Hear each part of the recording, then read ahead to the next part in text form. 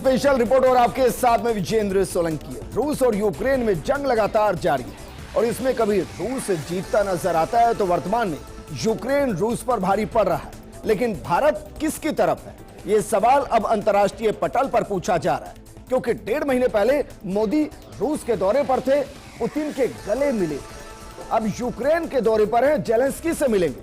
तो क्या मोदी शांति दूत की भूमिका में है या फिर पुतिन के चीन के दौरे के जवाब में मोदी ने यूक्रेन का दौरा चुना है, या फिर मोदी नाटो देशों के नजदीक आना चाहते ताकि भारत हथियारों की सप्लाई के साथ साथ विदेशों में निर्यात को बढ़ाकर भारत की अर्थव्यवस्था में बूम ला सके, क्योंकि मोदी जानते हैं कि आपदा में अवसर क्या होता है। और साथ में पोलैंड जाना, क्या रूस यूक्रेन की जंग के बीच में भारतीयों को बचाने में पोलैंड के सहयोग के शुक्रिया के तौर पर देखा जाए। आज हम आपको बताएंगे कि जंग के बीच में मोदी शांति दूत की भूमिका में है या फिर भारत के लिए अवसर तलाशने और नए दोस्त बनाने निकले।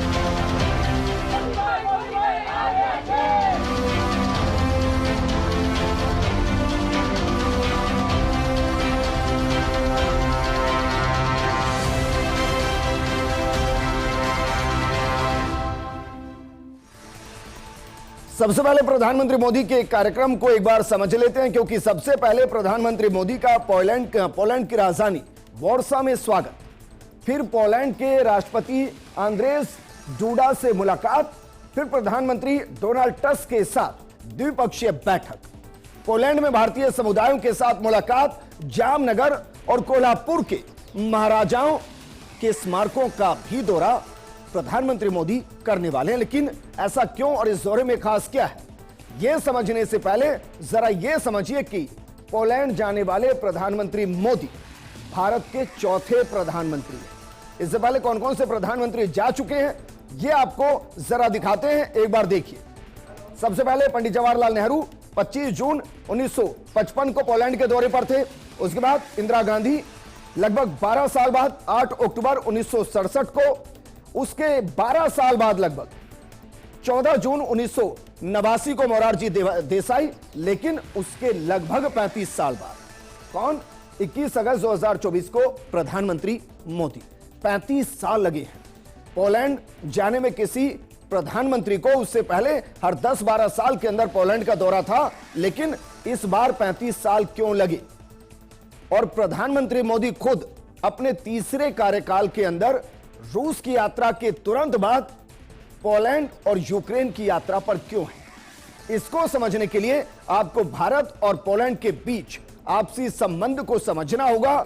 क्योंकि अक्सर आपने सुना नहीं होगा, आप सुनते हैं कि भाई अमेरिका के साथ निवेश है, चाइना के साथ निवेश है, व्यापार है, फ्रांस के साथ है, रूस के साथ है, लेकिन पोलैंड के साथ हमारे संबंध किस तरीके के हैं, यह आपको समझा रहे हैं। शुरुआत करते हैं निवेश के साथ। जरा देखिए, भारत का पोलैंड में 25,178 करोड़ से ज्यादा का निवेश है। इसके अलावा पोलैंड का भारत में 5,749 करोड़ का निवेश है।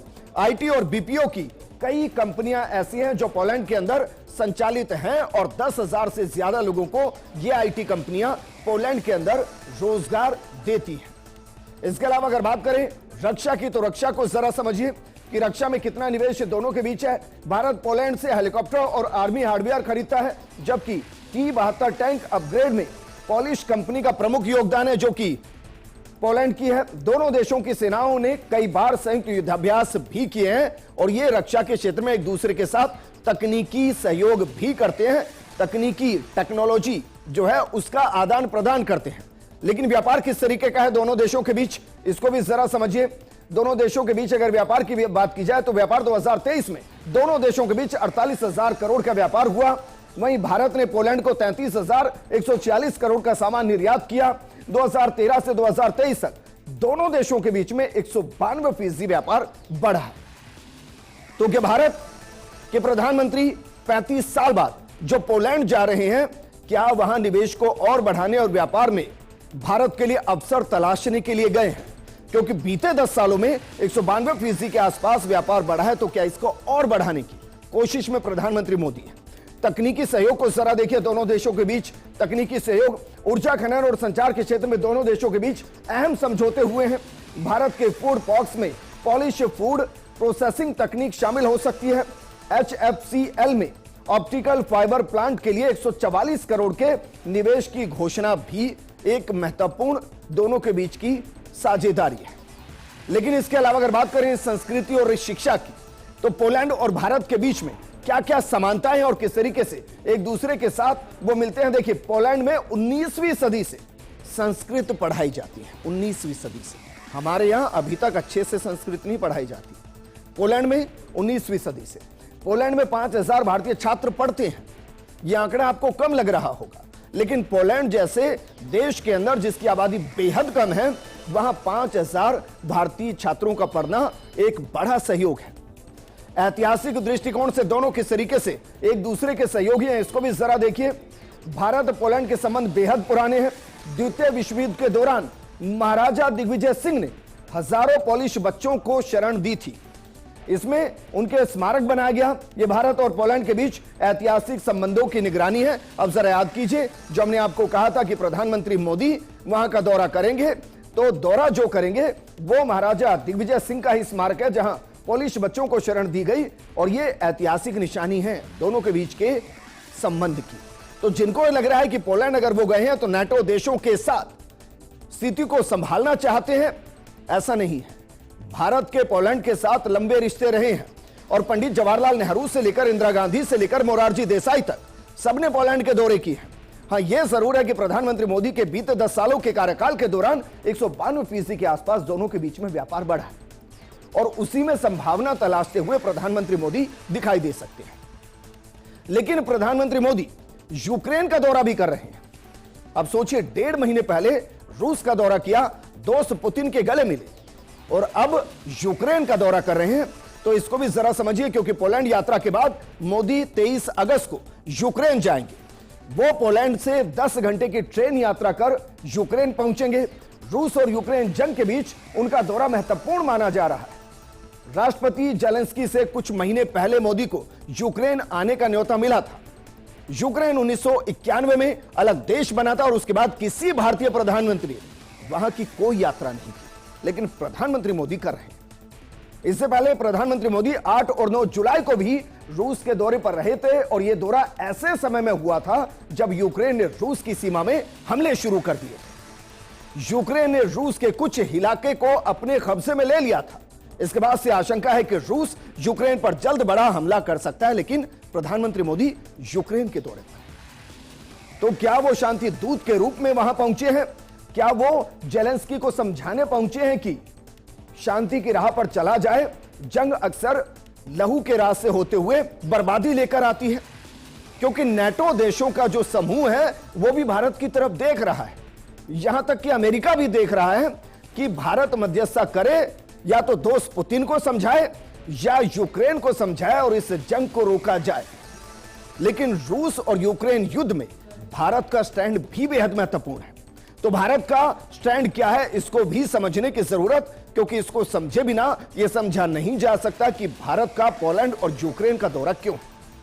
दरअसल रूस और यूक्रेन के बीच 24 फरवरी 2022 को युद्ध शुरू हुआ था। रूस ने यूक्रेन पर हमला किया और उसके कई कारण थे, जिसमें भूमि का दावा, राजनीतिक और सैन्य रणनीतियों का मामला शामिल था। युद्ध में भारत का स्टैंड संतुलित और रणनीतिक रहा। भारत ने यूक्रेन के जंग के लिए रूस को जिम्मेदार नहीं बताया और ना ही इसकी निंदा की। भारत ने रूस और यूक्रेन संघर्ष में तटस्थता बनाए रखी। संयुक्त राष्ट्र में ऐसे कई मौके आए जब रूस के खिलाफ प्रस्ताव लाए गए, लेकिन भारत ने संयुक्त राष्ट्र में कई बार वोटिंग में हिस्सा नहीं लिया, बल्कि संवाद और कूटनीति के जरिए विवाद का समाधान करने का आह्वान किया गया। और कमाल की बात यह कि जब भारत रूस के साथ खड़ा होता है, इसका मतलब यह कि यूक्रेन जो नाटो देशों के अंदर शामिल होना चाहता है, भारत उसके भी पक्ष में नहीं, क्योंकि रूस ये बिल्कुल नहीं चाहेगा कि यूक्रेन नाटो देशों का हिस्सा बने और अमेरिका की सेना सीधे रूस के किनारे पर आकर खड़ी हो जाए। लेकिन भारत और रूस के द्विपक्षीय संबंध क्या हैं, इससे भी आप समझ सकते हैं कि यूक्रेन के दौरे पर प्रधानमंत्री का जाना क्या वाकई में रूस के लिए एक बड़ा झटका है, और क्या इससे पुतिन दोस्त नाराज हो जाएंगे। दरअसल दोनों के बीच ऐतिहासिक, रणनीतिक और बहुआयामी द्विपक्षीय संबंध माने जाते हैं। दोनों देशों के बीच द्विपक्षीय व्यापार को बढ़ावा देने के लिए कई कदम उठाए गए। 2021 में द्विपक्षीय व्यापार लगभग 10 अरब डॉलर का था। दोनों देशों का 2025 तक 30 अरब डॉलर तक के लक्ष्य बनाए गए हैं। भारत और रूस के बीच अंतरिक्ष क्षेत्र में सहयोग रहा है। रूस ने भारत के पहले मानव अंतरिक्ष यात्री, जिनको आप जानते हैं ना बहुत अच्छे से, राकेश शर्मा जिनका नाम है, उनको अंतरिक्ष में भेजने की भारत की मदद की थी। बड़ी संख्या में भारतीय छात्र आज भी रूसी यूनिवर्सिटीज में पढ़ते हैं और दोनों के बीच सांस्कृतिक आदान प्रदान कार्यक्रम भी होते हैं। अब जरा संगठन गिनिए। दोनों ब्रिक्स में, एससीओ में और यूएन जैसे अंतर्राष्ट्रीय मंचों पर एक दूसरे का सहयोग करते हैं। दोनों देश आतंकवाद के खिलाफ भी सहयोग करते हैं और इसलिए जो दोस्ती है वो एक दौरे से टूट नहीं सकती। लेकिन क्या दरारें नजर आ रही हैं? इसको समझने के लिए जरा भारत और रूस के बीच के व्यापार को समझिए, क्योंकि यूक्रेन में जो संभावनाएं तलाशने की बात हो रही है उसमें अभी दोनों के बीच का व्यापार क्या है। भारत और रूस के बीच लंबे समय से मजबूत रक्षा संबंध रहा है और इसमें कोई दो राय नहीं है। भारत ने कई हथियार और डिफेंस सिस्टम रूस से आयात किए हैं। लड़ाकू विमान वहीं से आते हैं। भारत ने रूस से विभिन्न प्रकार के रडार और संचार उपकरण भी हासिल किए हैं।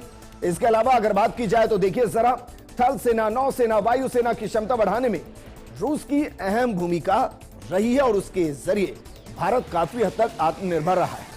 रूस के साथ यह रक्षा सहयोग भारत की रणनीतिक सुरक्षा के लिए बेहद अहम है। इसलिए यूक्रेन का दौरा रूस से मुंह फेरना नहीं है, ऐसा नहीं है।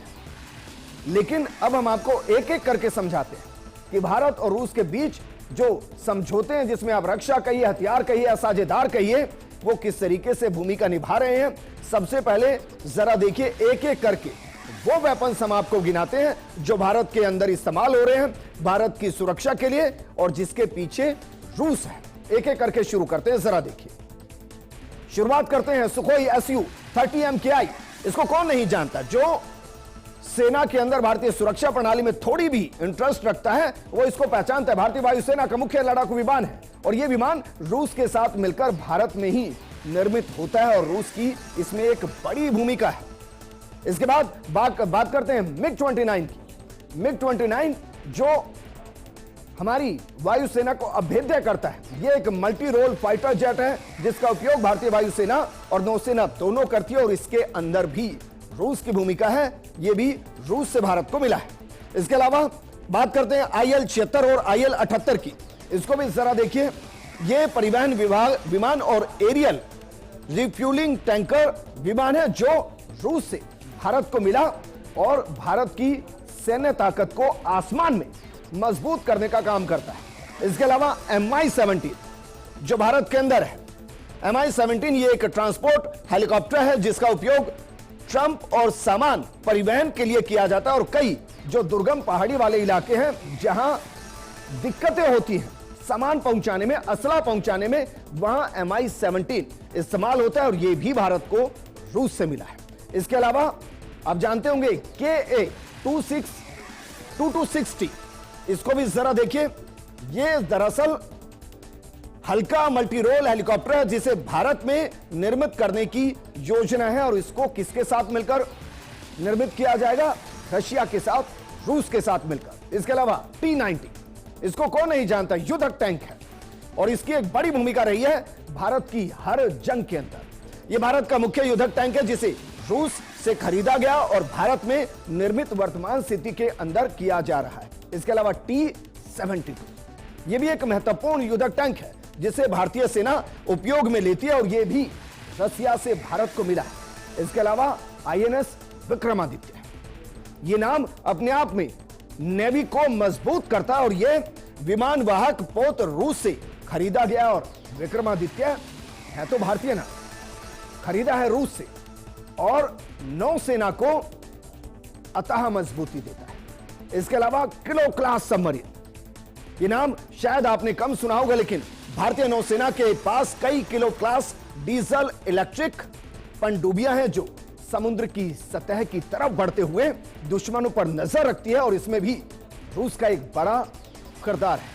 इसके अलावा तलवार क्लास फ्रैगेट, यह भी दरअसल गाइडेड मिसाइल है जो भारतीय नौसेना में शामिल है और इसको भी रसिया की हेल्प से ही इस्तेमाल किया गया है। इसके अलावा S-400 चिमोक, ये एक अत्याधुनिक एंटी एयरक्राफ्ट मिसाइल सिस्टम है जिसे भारत ने रूस से खरीदा है। इसके अलावा ब्रह्मोस सुपरसोनिक क्रूज मिसाइल, यह भी रूस के सहयोग से विकसित की गई है ब्रह्मोस, और यह भारत के रक्षा बलों द्वारा उपयोग की जाती है। और ब्रह्मोस का नाम कौन नहीं जानता। इसके अलावा समरच और ग्रैंड MLRS, ये दरअसल मल्टीपर्पल लॉन्च रॉकेट सिस्टम है जो भारतीय सेना के पास है और भारतीय सेना को मजबूती प्रदान करते हैं। ऐसे 3 पैकोरा और एगला, दरअसल ये एयर डिफेंस सिस्टम है जिन्हें भारतीय सेना इस्तेमाल में लेती है और दुश्मनों से भारत को मजबूती प्रदान करती है। लेकिन सवाल फिर वही, क्या मोदी जो दौरा कर रहे हैं पोलैंड का, यूक्रेन का, क्या उसके पीछे कोई एक रणनीति है?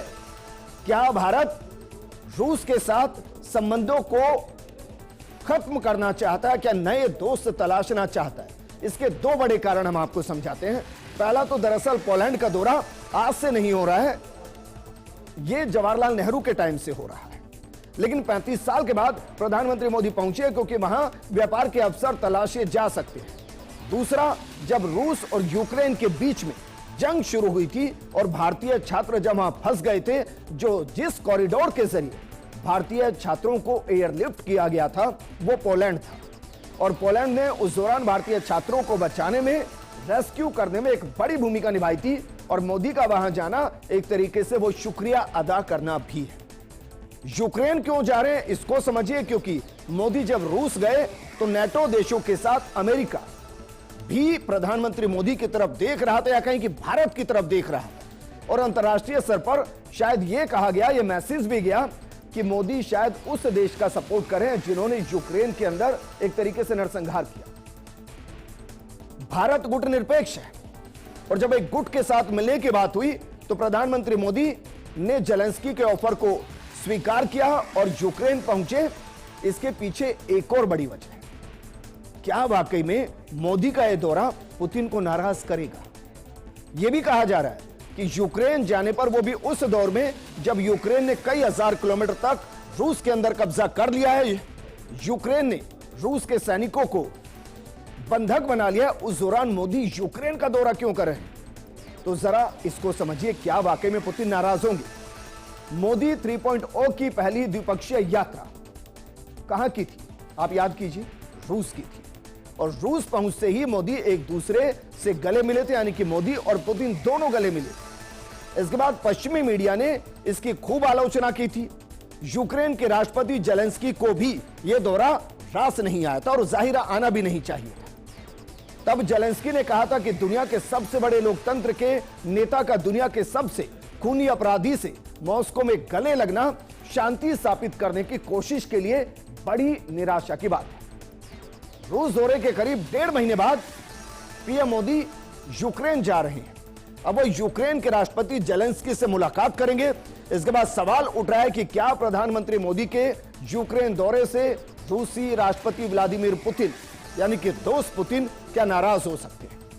विदेश नीति के जानकारों का मानना है कि रूस असहज हो सकता है और होना भी चाहिए, क्योंकि इस वक्त रूस एक मोरल सपोर्ट चाहता है, लेकिन प्रधानमंत्री मोदी यूक्रेन के दौरे पर शायद शांति स्थापित करने के लिए। लेकिन कुछ लोगों का कहना है कि जब पुतिन के चीनी दौरे पर भारत असहज हुआ, उस दौरान पुतिन ने नहीं सोचा कि भाई भारत के चीन के साथ किस तरीके के संबंध हैं, और भारत पुतिन यानी कि रूस का दोस्त है और रूस चीन के दौरे पर है। तो जैसे ही भारत उस वक्त असहज हुआ, रूस इस वक्त हो सकता है, क्योंकि चीन भारत का दुश्मन है। रूस की चीन यात्रा का जवाब मोदी ने यूक्रेन यात्रा से शायद दिया है। लेकिन अब हम आपको अंत में यह समझाते हैं कि यह दौरा इतना खास क्यों है, इसको भी जरा समझिए। क्योंकि प्रधानमंत्री मोदी 8-9 जुलाई को रूस के दौरे पर थे, तब उन्होंने रूसी राष्ट्रपति व्लादिमीर पुतिन से मुलाकात की थी। अब 1.5 महीने के अंदर रूस के बाद यूक्रेन के दौरे पर कई तरह की चर्चाएं हैं। मीडिया रिपोर्ट्स के मुताबिक पीएम मोदी युद्ध खत्म कराने की कोशिश में है। चर्चा यह भी है कि मोदी ने पुतिन से भी युद्ध खत्म करने को लेकर चर्चा की थी। इसको लेकर रूसी राष्ट्रपति पुतिन काफी हद तक सहमत भी हो गए। संयुक्त राष्ट्र के महासचिव गुटेरस के अलावा अमेरिका, फ्रांस, जर्मनी समेत कई ताकतवर देशों के प्रमुख इस बात को कई बार कह चुके हैं कि भारत के प्रधानमंत्री मोदी को रूस यूक्रेन युद्ध को खत्म करवाने की पहल करनी चाहिए। इन देशों ने रूस यूक्रेन के बीच मध्यस्थता के लिए मोदी को सबसे बेहतरीन विकल्प माना है।